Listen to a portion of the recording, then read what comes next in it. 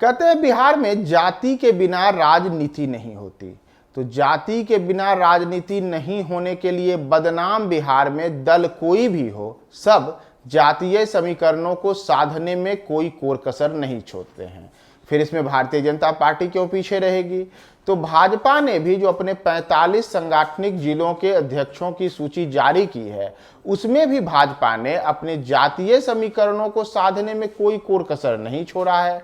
यानी कि जाति की राजनीति को साधने में भाजपा भी काफी आगे बढ़ चढ़कर आगे आई है और एक ऐसी रणनीति के तहत चल रही है जिसमें जाति की राजनीति को करने में किसी प्रकार से कोई परहेज न हो और तमाम जातियों को साधते हुए भाजपा बिहार में वर्ष 2024 का लोकसभा चुनाव और वर्ष 2025 के बिहार विधानसभा चुनाव में अपनी बड़ी जीत हासिल करने की तैयारी में जुट गई है। नमस्कार, मैं हूं प्रियदर्शन और आप देख रहे हैं न्यूज फॉर नेशन। और जिस जाति की राजनीति की हम बात कर रहे हैं उसमें भारतीय जनता पार्टी ने एक बड़ा संकेत दिया है इस बार के सांगठनिक जिलों के अध्यक्षों के नाम की सूची जारी करते हुए।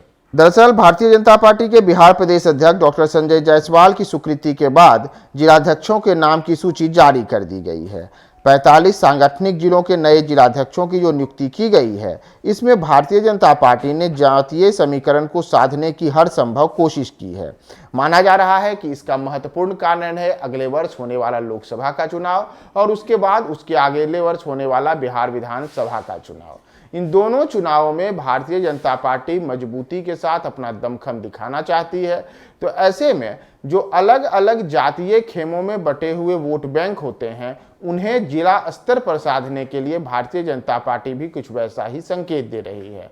और माना जा रहा है कि अब तमाम जातियों को उचित प्रतिनिधित्व देते हुए साथ ही साथ जो परंपरागत वोट बैंक है उसे साधते हुए उन वोट बैंकों में सेंधमारी करने की भी कोशिश की गई है जो अभी तक महागठबंधन के खाते में है। यानी कि भारतीय जनता पार्टी अब महागठबंधन यानी जदयू, राजद, जो फिर कांग्रेस है, वामपंथी दल है, उनके वोट बैंक को भी साधने की कोशिश में लगी हुई है।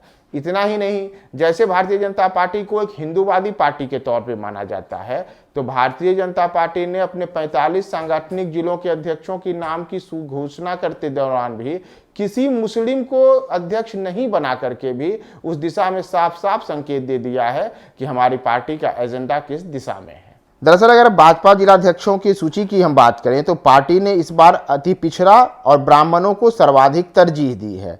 अन्य जातियों को भी समग्रता में भागीदारी देने की कोशिश की गई है। जिन 45 जिलाध्यक्षों की सूची जारी की गई है उसमें मुस्लिम समुदाय से एक भी नाम नहीं है और यह कोई हैरानी की भी बात नहीं है कि भाजपा ने किसी मुस्लिम को चेहरा नहीं बनाया है। पार्टी ने कई पुराने चेहरों को वापस एक बार फिर से मौका दिया है और इन्हें पद पर रखा है। पार्टी ने जिनको जिलाध्यक्ष बनाया है उसमें 8 जिलों में ब्राह्मण नेताओं को जिलाध्यक्ष की जिम्मेदारी दी गई है, जबकि पिछड़ा और अति पिछड़ा समुदाय से आने वालों में 6 से 7 लोगों को प्रतिनिधित्व दिया गया है। वहीं भारतीय जनता पार्टी ने भूमिहारों के ऊपर भी बड़ा दांव खेला है और 6 भूमिहार समाज से आने वाले नेताओं को जिलाध्यक्ष का पद दिया है। वहीं यादव समुदाय से 2, कायस्थ से 2, जबकि 5 वैश्य नेताओं को जिलाध्यक्ष का पद सौंपा गया है। साथ ही 4 राजपूत नेताओं को भी जिलाध्यक्ष का जिम्मा दिया गया है। पार्टी ने कुछ जिलों में पुराने नेताओं की पकड़ और उनके कार्य को देखते हुए जिलाध्यक्षों को वापस मौका देने का निर्णय लिया है। इन जिलों में प्रमुख रूप से पटना, मुजफ्फरपुर, कैमूर, पूर्णिया, सिवान और मोतिहारी जैसे जिले शामिल हैं। पार्टी की ओर से जिलाध्यक्षों को निर्देश दिया गया है कि लोकसभा चुनाव निकट आते ही इस स्थिति में अपने जिलों में सक्रियता दिखाएं और पार्टी के प्रचार प्रसार के साथ ही स्थानीय जो लोग हैं और मतदाता हैं उनके साथ संवाद करके भारतीय जनता पार्टी की ओर उन्हें आकर्षित करने का काम शुरू किया जाए।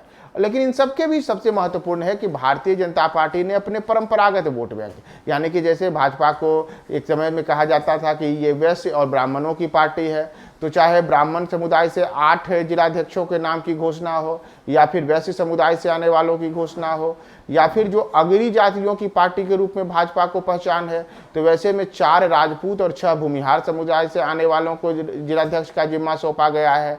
साथ ही साथ भारतीय जनता पार्टी पिछले कुछ समय से लगातार अति पिछड़ा और पिछड़ा समुदाय, साथ ही साथ यादव बिरादरी में अपनी सेंधमारी की कोशिश में लगी हुई है।